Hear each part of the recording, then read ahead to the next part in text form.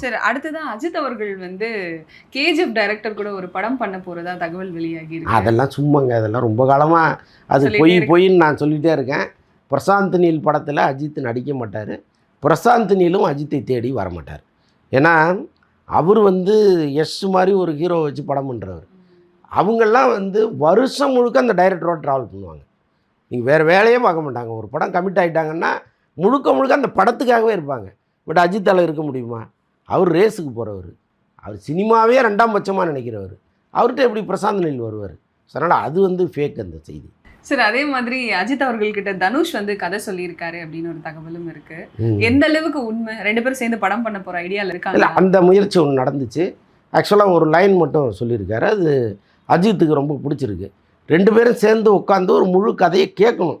அதற்கான நேரம் இல்லாமல் இவர் ஒரு தனியாக பிஸியாக இருக்கார், அவர் தனியாக பிஸியாக இருக்கார். ஜூனில் தான் 2 பேரும் மீண்டும் உட்கார்றதா ஒரு தகவல் இருக்குது. இதானே ஜூனு? திரும்ப உட்காருவாங்க.